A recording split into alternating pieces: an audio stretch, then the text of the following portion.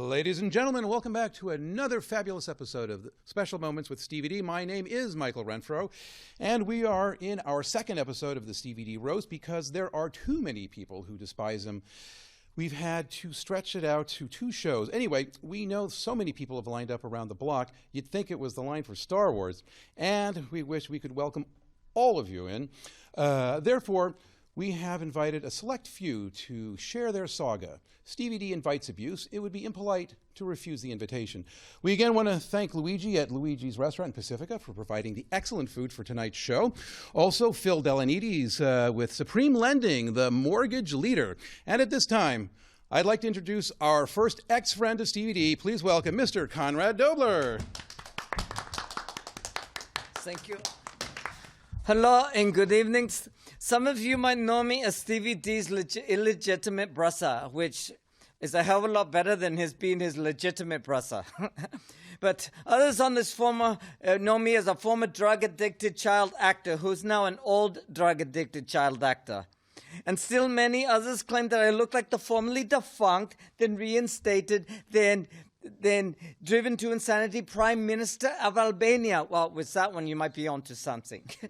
Like many of these ridiculously nasty people here tonight, for legal reasons, I can't actually say I ever met Stevie D several times. And they may or may not have been in prison, although there are many photos to the contrary.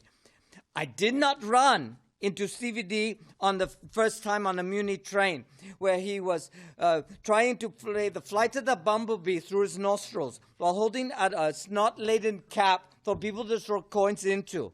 Not surprisingly, it was so sad that these 2 tiny second-grade girls scouts knocked him to the ground and kicked him in the family jewels. Such are some of my better memories of Stevie D. I didn't meet him again at a theatrical audition. He was trying out for a part as a rock in an elementary school play. They kept rejecting him for being too old and the wrong gender to play this particular rock. My reasons for being there, well, all I can say is Miss Saperstein, sexy librarian, yowza. I may or may not have seen him a third time at a Santana concert. The police were escorting him out quite brusquely at the exit. He was dressed only in nipple tassels and a G-string, singing the University of Wisconsin fight song. Apparently, that's the only song he actually knows the lyrics to, and he's not even from Wisconsin. I was not once or twice in a courtroom where Stevie D was on trial for stealing the Schlockenheimer technique. And when the witnesses were called to testify against him, he kept barking like a dog, pleading insanity, and asking the prosecuting attorney if she'd ever had her leg peed on in henna. He is half Greek, all-American, and a little appendage. Let me finish with the story from my not-so-great uncle, twice removed. His nickname was Corny, but we all called him Cornelius for long. He was 5'2", with the aura of a man on the verge of a convulsion. He also wore a tuxedo and was quite the ladies' man, too. My uncle used to say, whenever faced with incredible absurdity, it's essential to feign insanity. Which brings us to Stevie D, foaming at the mouth, barking like a dog, calling out for help, asking someone to rub his swollen belly and to let him sniff the behinds of unsuspecting animals. Let's hope he never procreates publicly. Well, that's it for me. They're telling me it's time for me to talk to the lizard man. Thank you and good night. All right, ladies and gentlemen, thank you very much. Thank you very much. And now I'd like to bring up our next presenter, Ms. Mia De La Hayes. Yeah, can I get through? Oh, sorry. Just move. Can I get through, please? I'm Mia De La Haye. I'm here to focus on Stevie D's worst attributes, okay? Because he's disgusting. I first met Stevie at the University of Minnesota, and why he sings the fight song from the University of Wisconsin is beyond me, but we shouldn't be surprised with anything that Stevie does, because he is an idiot. Can we go back a little bit? I'm trying to remember my lines. It's emotional. Just take Yeah, well, anyway, we were both Yeah, okay, I heard you. We were both undergraduates. I was studying molecular biology, and he was attempting to study underneath my dress, which is when I realized that he was a complete psychopath, but I thought, whatever, he's cute. So underneath his skin-tight tank top, I realized that he had hair on his shoulders and back and neck all braided into a thick, weird curl, which, am I right, ladies, is just everyone's dream. Blah. So after he asked me my name, he asked me if I wanted to watch animal pornography with him, and I said, sure, yeah, that sounds good. I immediately took him to meet my parents. That did the trick, of course. They told me that I should leave school immediately and that I should have nothing to do with this disgusting man. And I should have listened, but I didn't. Stevie made jokes. He said that we would have multiple children that we could sell for money if we needed it. And he also said that he was a distant relative of the last royal family in Albania. I don't know why that didn't change their minds. But we did marry on a rainy day in November. That should have been the first hint, but it was not. I had to pay for the justice of the peace to get us to unite. And Stevie said that he could sell mining socks in 30 days to get us more money to live on. Later, I realized that he was referring to money for him to live on. Anyway, marriage wasn't all that bad at first. He did all the cooking, the cleaning. He did all the errands while I finished my doctorate in astrophysics. We were planning a very large family until those men from the Department of Justice arrived one afternoon after Stevie went out for some sugar to bake a cake, right? He never came back. He must have known they were coming because he just didn't come home. And you know what?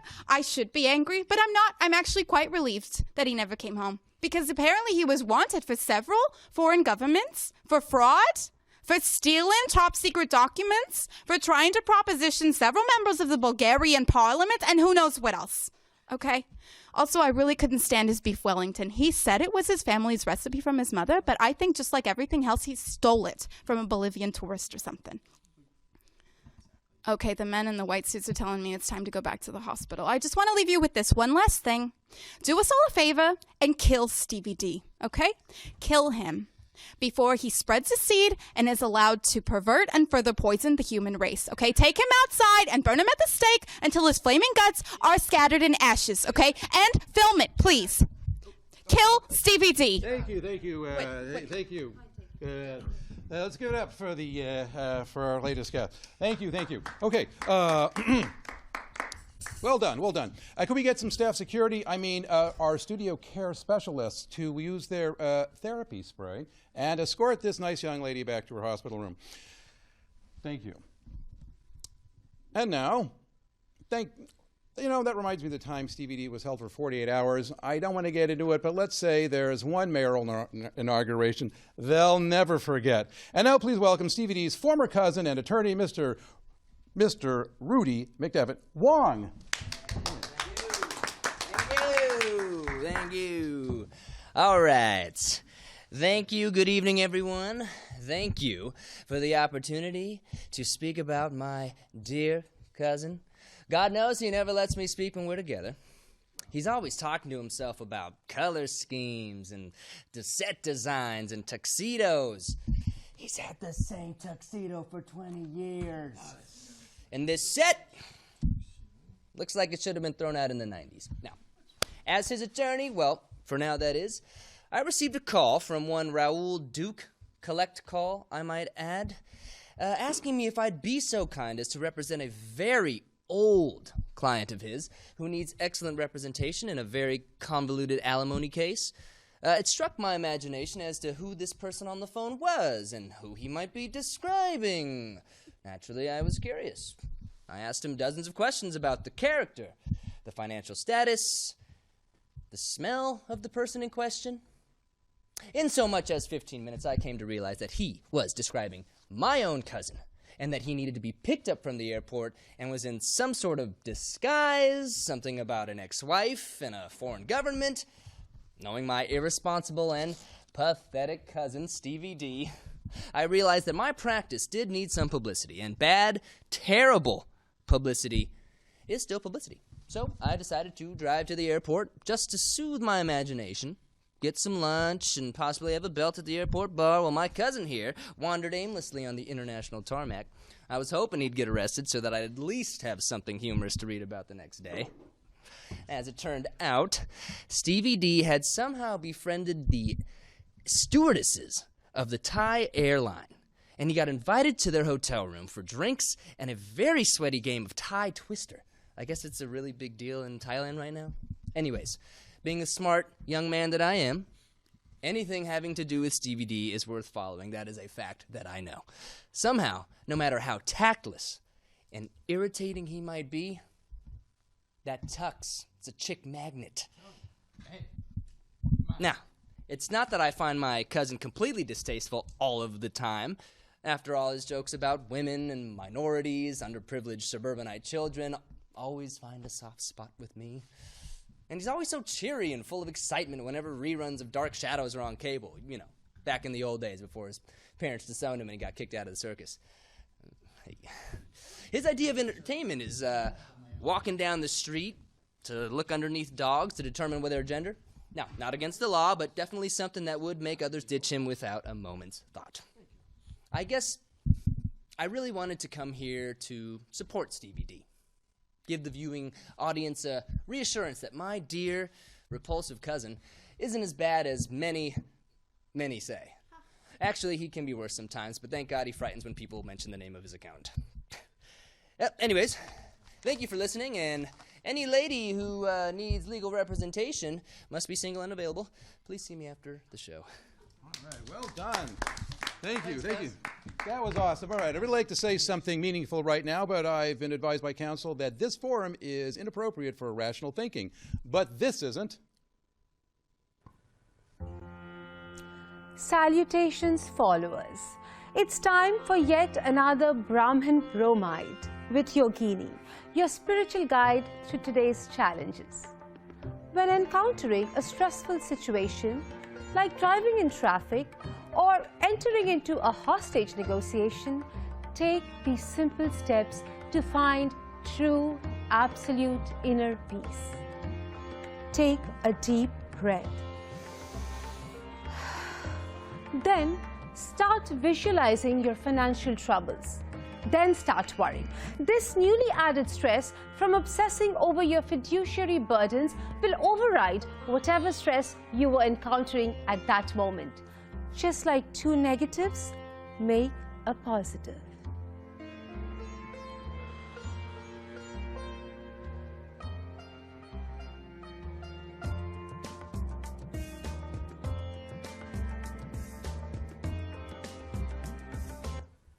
Thank you. And now we're going to hear from Stevie D's least favorite musical entertainer, though he spends hours listening to him like a little teenage girl. Old what's-his-face, you know the guy. Put your hands together for the musical stylings of Nelson Wooten.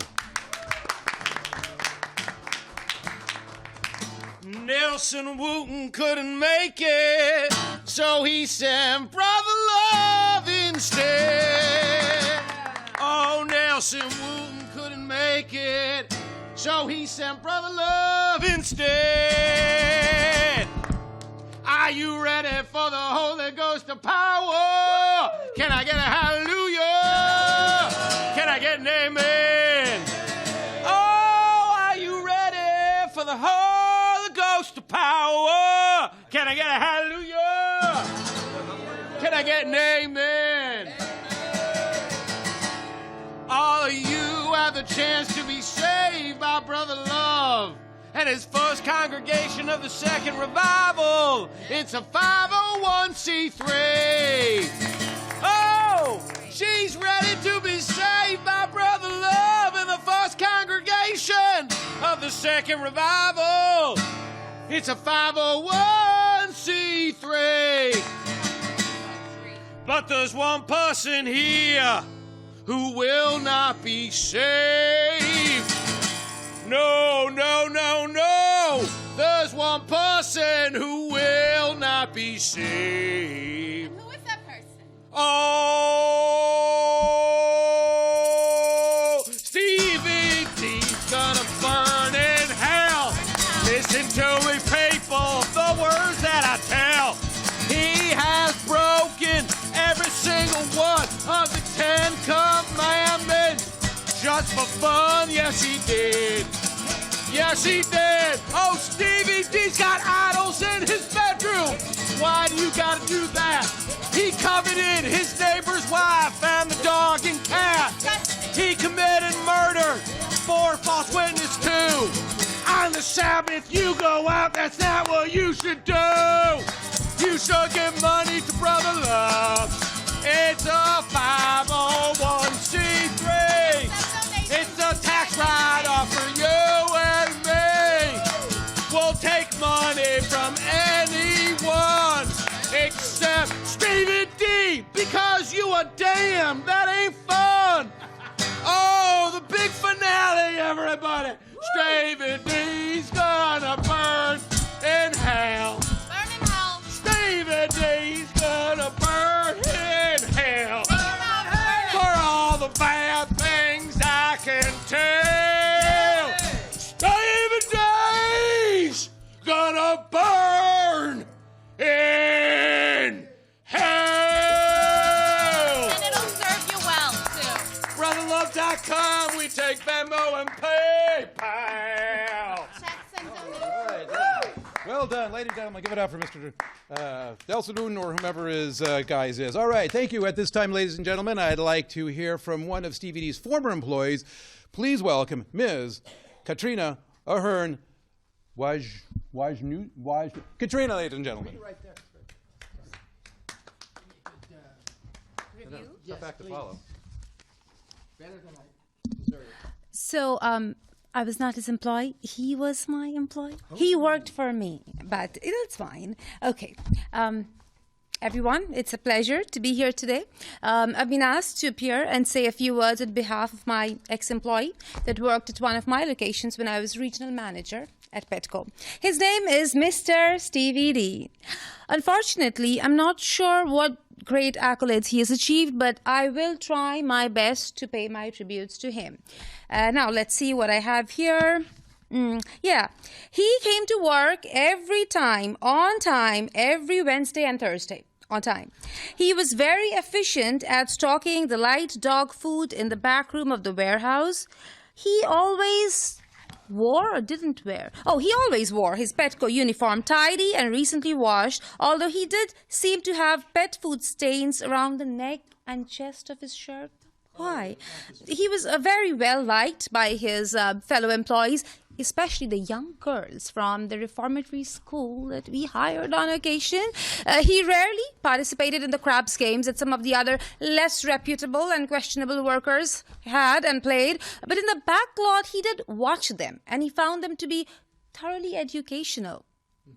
Why didn't you play then? Anyway, and I do know from what the assistant manager has written that he always greeted the elderly ladies with a smile and helped them find things in the aisles and only asked for a marginal tip of $5. Unfortunately, his files are fairly thin as he only worked at Petco for 5 weeks. Apparently, he was caught in a cat litter scandal, selling used cat litter to churches at reduced cost. The charges were later dropped, though, by Pastor Adolf Attila Lichtenstein. For reasons we're not really sure. I think he paid him off. But it was rumored that he also had a state lottery scandal, selling used lottery tickets to the blind of the Lutheran church across the street. But that again was never proven. And he was never seen or heard from again after that incident. Now, several other issues that I promised the Petco executives that I would ask about was how it was also rumored that he would foam at the mouth whenever invalid children would come into the store with their pets, and that he was accused of feeding laxatives to guide dogs for the visually impaired, causing them to stop often to relieve themselves in public while he filmed the incident and posted to YouTube. But again, never substantiated. And he was always a very pleasant employee whenever wealthy, mature ladies would come into the store looking for hairball treatments for their cats. Anyway, several other employees had brought allegations that he was swindling money from them, telling them that he'd help them apply to the treatment with benefits afterwards. But none, can you believe it? None of these were proven. How does that happen? But overall, Stevie had no legal issues pending in Petco file. A clean slate. Thank you, everyone. And I must catch the next flight to Bangkok. I'm meeting with the Prime Minister to sell them swampland in Florida. Thank you, everyone. All right, ladies and gentlemen, give it up for Katrina. And thank you, Ms. O'Hearn Wojniewski. Wojniewski. You know, I feel like I've seen her somewhere before. Well, ladies and gentlemen, please watch this. Salutations, followers. It's time for yet another Brahmin Bromide with Yogini, your spiritual guide through today's challenges. If you ever stub your toe, drop an anvil on your foot, like in a cartoon, or otherwise find yourself in awful pain, let me enlighten you to the path of healing. When in pain, the most sure way to relief is in the act of giving. The act of giving to another produces healing energy. So give me $50. The simple act of giving to another, namely me, will balance all chakras, align all meridians, and assuage all boo-boos. I take PayPal.